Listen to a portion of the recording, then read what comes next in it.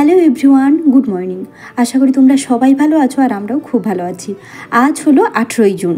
ও সকালে উঠে শরবত খেয়ে ডিউটিতে চলে গেছে আর আজকে ওর ডিউটি হবে 12 ঘন্টা আর আমি এখন সকালে সব কাজগুলো সেরে নিচ্ছি। আচ্ছা, আমি তো এত ভিডিও দিই, তোমরা তো কেউ আমাকে কখনো কমেন্ট করে জানাও না যে আমার ভিডিওগুলো কেমন লাগে। জানো তো, আমার বোন আমাকে বলে যে তোর ভিডিওগুলো আমাকে দেখতে খুব ভালো লাগে। আমি তাতেই না খুব খুশি। আমি জানি তোমাদের কেউ ভালো লাগে, কিন্তু তোমরা কেউ কমেন্ট করো না। তো যাই হোক, আমার বোনেরও যেন একটা চ্যানেল রয়েছে, কিন্তু এখন সেই চ্যানেলের নামটা তোমাদেরকে জানাবো না। ও আগে সাকসেস পাক, তারপর বলবো। আমি চাই ও নিজের থেকে বড় হোক, তাহলে আমার খুব ভালো লাগবে। তোমরা সবাই জানো আমরা ভাড়া ঘরে থাকি, কিন্তু কি জানো তো, এই রুমটা আমার কাছে না পুরো স্বর্গের মতো। জানি জিনিসপত্র এলোমেলো এখানে সেখানে পড়ে রয়েছে, কিন্তু তেমন কোনো জায়গা নেই রাখার জন্য, আর আমরা বেশি কিছু কিনতে চাইনি। কিন্তু না, আমাকে খুব ভালো লাগে। আমি যখন যা ইচ্ছা, যা মন চায় তাই করতে পারি। আর সব থেকে ভালো লাগে আমি একা থাকি, আমার যখন যা ভালো লাগে তাই করতে পারি, কেউ কিচ্ছু বলার নেই। এই পুনেতে আসার আগে আমার সবসময় মনে হতো আমার লাইফটাকে না কেউ তার নিজের আঙুলে চালনা করছে।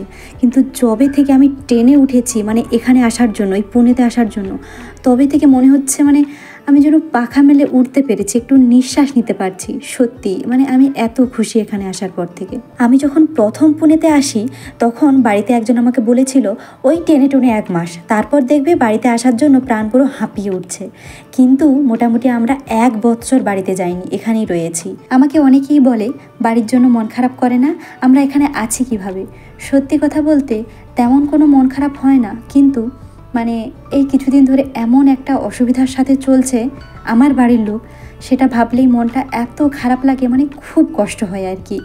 এছাড়া আর কোনো অসুবিধে নেই। তবে এখানে যে আমি আছি না, সারা দিন সেই সকাল থেকে পুরো রাত্রি 12টা-1টা পর্যন্ত আমি একদম রেস্ট পাই না। গাড়ি চলতেই থাকে। তোমরা হয়তো ভিডিও দেখে বুঝতে পারো না, কিন্তু কি জানো তো, বাড়ির সমস্ত কাজ, তারপরে ব্লগ ভিডিও করি, তারপর তোমরা জানো আমার একটা গানের চ্যানেল রয়েছে, সেটাতে ভিডিও দিতে হয়। আমি জানো তো সবসময় চেষ্টা করি টাইমের মধ্যে সব কিছু করতে।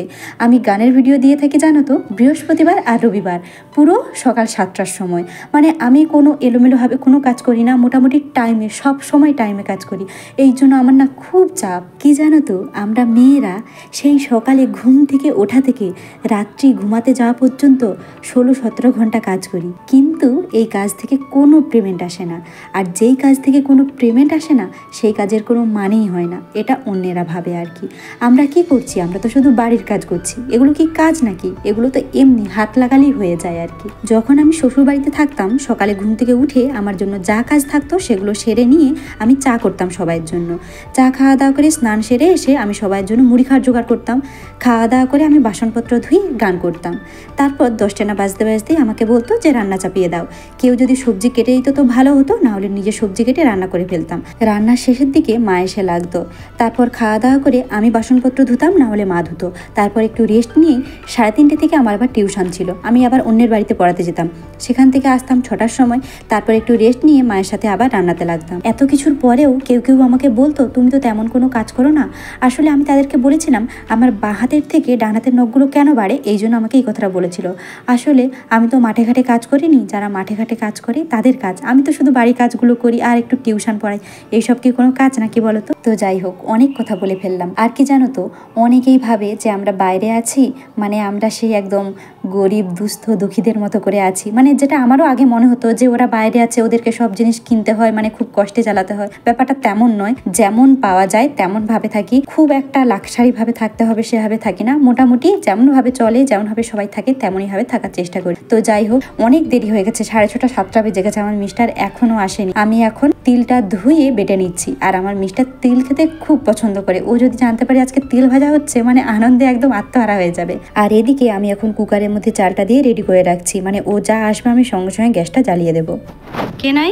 সোয়েটার নাই, টুপি নাই, সোয়েটার নাই, টুপি নাই, কিছু রান্না হয়নি।